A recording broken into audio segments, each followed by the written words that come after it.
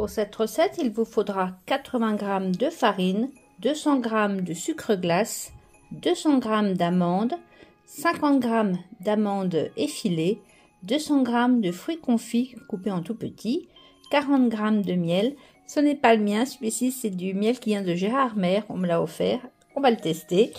200 g de crème fraîche et 200 g de chocolat noir, c'est pour à la fin faire le glaçage. Dans un cul de poule qui peut aller au bain-marie, on va mettre tous les ingrédients sauf la farine. Donc on va mettre nos amandes, notre sucre glace, nos amandes effilées, nos fruits confits,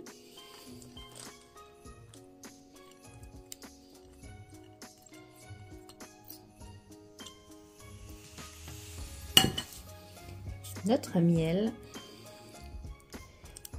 Il est compact celui-là, c'est pas comme le mien.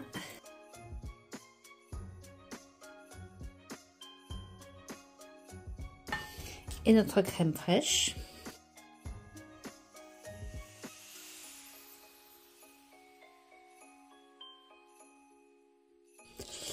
Alors je vais le mettre au bain-marie, je vais le porter, le chauffer assez vivement. Et quand ce sera bien chaud, je l'enlèverai du bain-marie, je rajouterai ma farine et je le remettrai au bain-marie plus doucement pour que ça cuise un petit peu, on va dire pendant les 5-6 minutes, ça va assez vite. Et je vous montre les résultats après. Celles qui ont le livre m'auront corrigé, c'est pas du tout au bain-marie qu'il faut faire cette pâte, c'est directement à la casserole. Ça marcherait aussi au bain-marie, mais ça durerait des plombes. Le bain-marie, ce sera pour tout à l'heure pour faire le glaçage. Alors, une fois qu'on a cette pâte molle, mais quand même assez compacte.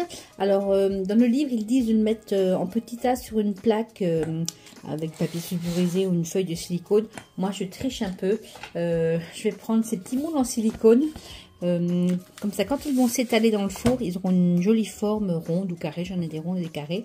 On les installe dedans et après on laissera reposer quelques temps avant de les enfourner. On fait des quenelles à peu près de la taille d'une cuillère à café.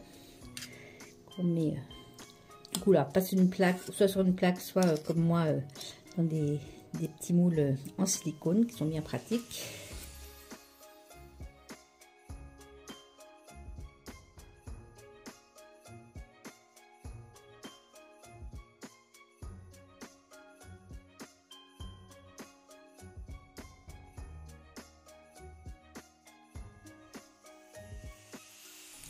Et avec une fourchette, on va juste les aplatir un peu au fond du moule. Et on les laissera donc reposer pendant une demi-heure avant de les passer au four. Parti pour 15 minutes à 180 degrés. À la sortie du four, quand on peut un peu les toucher, on les enlève de notre feuille de cuisson ou de notre moule. Vous voyez ce que je disais, ça fait une jolie forme. Et on les laisse refroidir sur une grille. Quand nos florentins sont froids, on va les napper de chocolat. Là, ça marche avec le pinceau, alors on y va. On les nappe tous et ensuite on les entrepose dans une pièce plus fraîche pour que le chocolat fige à nouveau.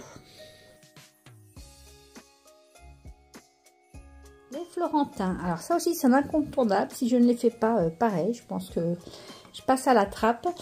Toujours tiré du livre Bretelles et gâteaux de Noël.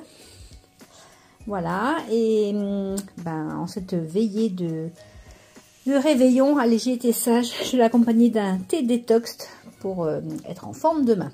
Allez, on en goûte un. Je comprends qu'ils aient autant de succès, c'est vraiment un délice ce truc. C'est croustillant à l'extérieur, à l'intérieur on a comme un goût de pâte d'amande ou de nougat, et avec le chocolat qui couronne le tout, c'est vraiment délicieux. Voilà, j'espère que cette avant-dernière recette vous aura plu et je vous dis à demain pour le réveillon. Salut Pissame!